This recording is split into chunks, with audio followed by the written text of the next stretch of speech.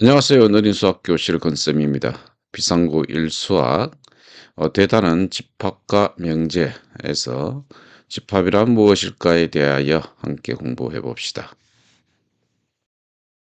문제 1번 다음 중 집합인 것은 0표, 집합이 아닌 것은 X표를 하고 집합인 것은 원소까지 말하라고 했는데요.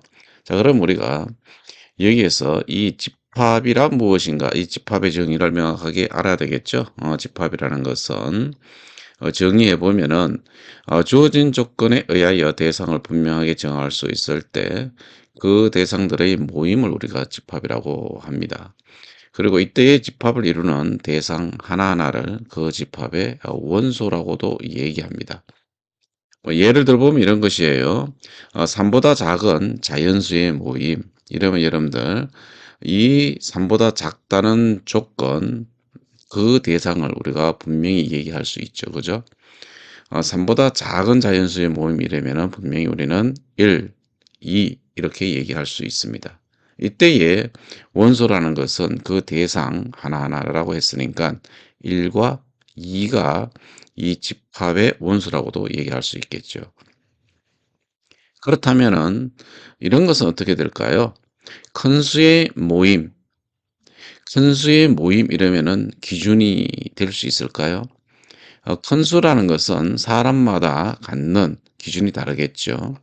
100이 크다라고 얘기할 수도 있고 많이 크다라고 얘기할 수도 있고요. 그죠? 이와 같이 기준이 모호한 것은 우리가 집합으로 우리가 그 조건을 얘기할 수가 없습니다. 그래서 어, 현수의 모임과 같은 것은 기준이 명확하지 않고 그 대상을 분명하게 말할 수가 없기 때문에 자, 이런 것은 우리가 집합이라고 하지 않습니다. 자, 그럼 문제 1번을 가지고 우리가 어떤 것이 집합이고 그때의 원소란 무엇을 얘기하는가 한번 알아보도록 하겠습니다. 자, 맛있는 음식의 모임. 이것이 기준이 될 수 있을까요? 뭐 사람마다 맛있다라는 그 조건이 각각 같을 수가 없잖아요. 그죠? 자, 이런 것은 우리가 집합이라고 할 수가 없어요. 집합이 아니기 때문에 원소도 우리가 얘기할 수가 없는 것이죠. 20의 양의 약수의 모임 이렇게 있습니다. 자, 20의 양의 약수 이러면 어떻게 돼요? 음, 분명히 그 대상을 우리가 얘기할 수 있겠죠. 그죠? 이거는 집합이라고 할 수 있습니다. 20의 양의 약수. 여러분들도 약수 이러면 어떻게 되는가 하면 양의 약수라는 것은 두 수를 곱해서 우리가 20이 되는 것들을 우리가 찾으시면 됩니다. 뭐 예를 들어 보면은 1 곱하기 20. 그러면은 이게 약수가 되겠죠. 2 곱하기 10. 그러니까 2와 10도 약수가 된다는 얘기예요. 그럼 무엇이 있을까요? 그렇죠. 4, 5, 20 이렇게 되잖아요. 그래서 20의 양의 약수는 1, 2, 4, 5, 10, 20 이렇게 분명히 얘기할 수 있기 때문에 우리는 20의 양의 약수는 집합이라고 얘기할 수 있고 그 원소는 그 대상의 하나하나이기 때문에 1, 2, 4, 5, 10, 20이 바로 원소가 되는 것입니다. 그다음 사계절의 모임은 집합이라고 할 수 있을까요? 조건으로 분명하죠. 우리나라의 사계절은 봄, 여름, 가을, 겨울 이와 같이 사계절이 분명하잖아요. 그죠? 그래서 이것은 우리가 집합이라고 얘기할 수가 있습니다. 그럼 원소는 뭐라고 얘기하면 돼요? 금방 하나하나 얘기했듯이 여러분들이 써주면 돼요. 자, 봄 이렇게 그다음 여름, 가을, 겨울. 자, 이것이 바로 무엇이 되는가 하면은 사계절의 모임이라는 집합의 원소가 되겠습니다. 다시 한번 집합과 원소의 정의를 말씀드리면은 집합이란 주어진 조건에 의하여 대상을 분명하게 정할 수 있을 때 그 대상들의 모임을 집합이라고 하고요. 원소란 이때 집합을 이루는 대상 하나하나를 그 원소의 그 집합의 원소라고 한다. 이렇게 우리가 정의할 수가 있습니다. 문제 2번 "다음 모임이 집합이 되도록 밑줄 친 부분을 바꾸시오." 이렇게 했습니다. 자, 1번 보시면은 "세계에서 높은 산의 모임." 우리가 높고 낮다라는 것은 이 객관적이지 않죠. 사람마다 높고 낮다는 것은 주관적인 그런 것이기 때문에 이것은 분명하게 우리가 뭐라고 얘기할 수가 없어요. 그래서 이거는 집합이라고 할 수 없는데, 그렇다면 이 높다 대신에 어떤 것을 넣으면은 집합으로 바꿀 수 있을까 한번 생각을 해 보세요. 자, 이런 것은 우리가 기준으로 잡을 수 있는 것은 이렇게 얘기할 수 있을 것 같아요. 높은이란 대신에 명확하게 높이를 얘기하면 되지 않을까요? 뭐 이렇게 뭐 해발 음 몇 미터 이렇게 뭐 예를 들어서 1000미터 인 이상 인 산의 모임 이런 식으로. 그러니까 세계에서 높은 산의 모임은 집합이라고 할 수가 없잖아요. 그죠? 높고 낮다는 기준이 명확하지 않으니까.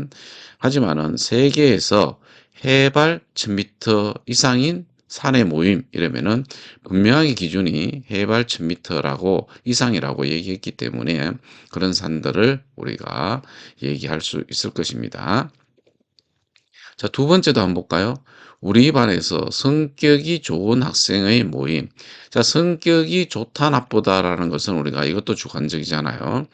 어떤 학생은 뭐 "좋은 성격이 좋아."라고 어떤 학생을 판 우리가 이렇게 얘기할 수 있겠지만은, 또 다른 학생 입장에서 보면은 서로 성격이 맞지 않는 학생도 있잖아요. 그런 입장에서 바라봤을 때는 성격이 꼭 좋다라고 우리가 얘기할 수 없거든요. 그래서 이것은 주관적인 얘기이기 때문에 우리가 조건으로 합당하지 않습니다. 자, 그렇다면은 우리 반에서 어떤 학생의 모임, 어떤 여기에 들어가야 할 어떤 조건을 넣으면은 이걸 집합으로 바꿀 수 있을까요? 그래서 여기에서 이 성격이 좋은 대신에 혈액형을 넣으면 어떨까요? 음 예를 들어서 이런 거죠. 뭐 혈액형이 O형인 학생의 모임 이렇게. 우리 반에서 혈액형이 O형인 학생들의 모임. 뭐 이런 거 좋죠. 그죠? 뭐 다른 것도 넣을 수 있겠죠. 그죠? 우리 반에서 키가 165 센티미터 이상인 학생의 모임. 뭐 이런 식으로 우리가 명확하게 어떤 조건을 준다면은 이렇게 집합으로 만들 수가 있다는 것입니다. 이제 문제 3 번을 풀어봐야 되는데요. 자, 10 미만인 자연수 중에서 3의 배수의 집합을 A라고 할 때 다음 빈칸의 기호로 이렇게 나타내어 보아라라고 했는데, 이런 기호들을 아셔야 되겠죠. 그죠? 이렇게 생각해 보시면 됩니다. 요렇게 생긴 거 요거 요렇게. 요거 어떻게 보면 삼지창 같이 생겼지만은 요놈은 어떻게 보면은 어떻게 생겼어요? 요 이 자를 이렇게 잘 눌러서 위아래에서 이렇게 눌러서 예쁘게 만들면은 요런 모양 포커 모양으로 이렇게 만들 수 있잖아요. 사실상 요 이를 잘 다듬었다고 보시면 됩니다. 요 기호를 우리는 원소 기호라고 하는데요.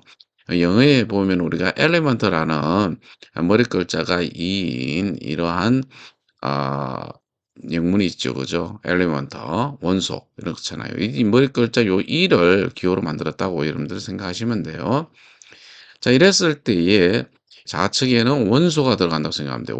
원소. 그다음에 오른쪽에는 무엇이 들어가는가 하면은 집합이 들어간다고 생각하면 돼요. 집합. 음. 금방 선생님이 여러분들한테 얘기했는데, 이 원소라는 거는 봤더니 똑같은 알파벳 그죠? A를 썼는데 선생님이 하나는 무엇을 썼어요? 소문자, 하나는 대문자로 나타냈죠. 그죠? 그래서 이 수학자들이 서로 약속을 한 겁니다. 약속. 우리 알파벳 쓸 때에 소문자로 쓰는 것은 무엇을 쓰자? 그렇죠. 원소로 나타내자. 대문자로 나타낸 것은 우리가 집합으로 표현하자. 뭐 요렇게 우리가 약속을 한 겁니다. 그래서 알파벳을 우리가 집합해서 사용할 때는 소문자는 원소, 그다음 대문자는 집합을 나타내는 것이다. 이렇게 우리가 얘기해 주면 되겠죠.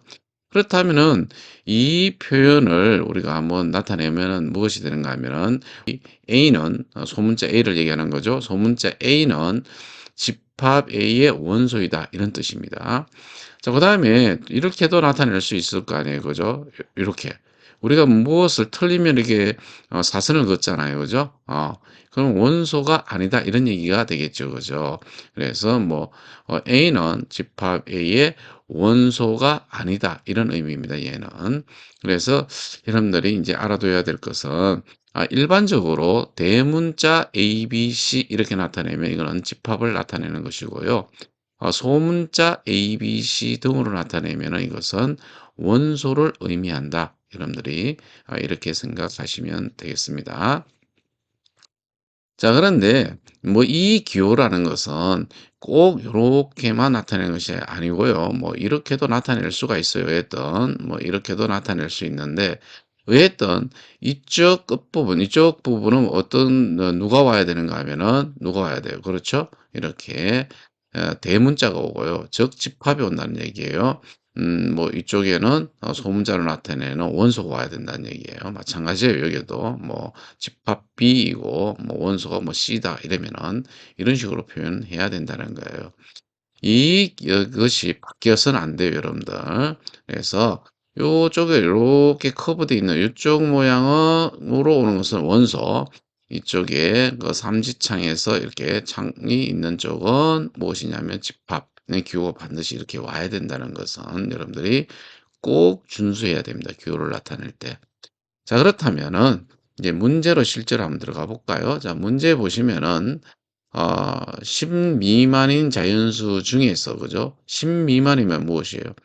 10 미만이면 우리가 1, 2, 3, 4, 5, 6, 7, 8, 9까지가 바로 10 미만인 자연수죠. 미만 이러면은 10 미만 10 포함하지 않습니다. 그러면서 3의 배수 집합을 A라 그랬어요. 그죠? 3의 배수 이러면은 3에다가 자연수를 곱한 거잖아요. 그죠? 3일은 3, 3일은 6, 3, 3은 9. 요 세 개가 되겠네요. 자, 그러면 우리가 1번, 2번, 3번을 우리 여기다가 기호를 써 본다면은 3, 6, 9가 집합 A의 원소이니까 1번과 3번은 무엇이 돼요? 그렇죠. 원소가 된다. 이런 얘기니까 우리가 여기다가 기호를 원소 기호를 이런 식으로 이렇게 표현해 주셔야 됩니다. 이렇게 표현해 주시면 됩니다. 근데 자, 2번은 보면은 5는 집합의 원소가 아니잖아요. 그죠? 이럴 때는 이렇게 집합의 원소가 아니다. 이런 기호를 나타내면 된다. 이런 의미입니다. 문제 4번 볼까요? 다음은 조선시대 과학자 장영실이 만든 과학기구이다. 이 중에서 전체 관측 기구의 집합을 A라고 할 때 집합 A에 속하는 원소를 모두 기호, 이 집합과 원소 사이의 기호죠. 이거를 사용하여 나타내죠. 이렇게 있습니다. 자, 문제에 보면은 뭐라고 했는가 하면은 전체 관측 기구 집합을 우리가 뭐라고 표현한다? A라고 표현한다 그랬죠. 그러면은 여러분들 요 보면은 시간 측정 기구도 있고 전체 관측 기구도 있고 수위 측정 기구도 있잖아요. 이랬을 때의 전체 관측 기구를 무엇으로 표현한다? 그렇죠. 집합 A라고 이렇게 나타내라 이런 얘기입니다. 자, 이것을 한번 기호를 이용해서 표현해 봐라 이런 얘기죠. 자, 집합 A의 원소는 세 개가 있어요. 혼천이, 간이, 규표 이렇게 있죠. 그죠? 그러면은 원소를 이렇게 쓰세요.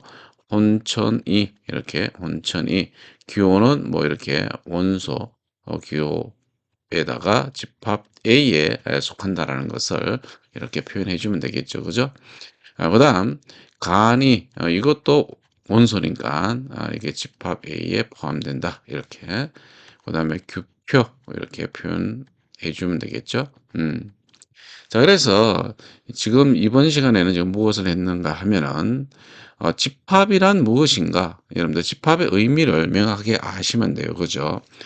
집합이라는 것은 다시 한번 얘기하지만은 어떤 그 주어진 조건에 의하여 대상을 분명하게 말할 수 있을 때에 그 대상들의 모임을 우리가 집합이라고 합니다.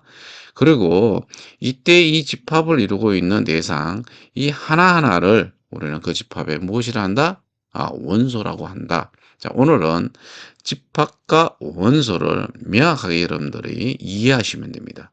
아시겠죠? 예, 수고 많았습니다.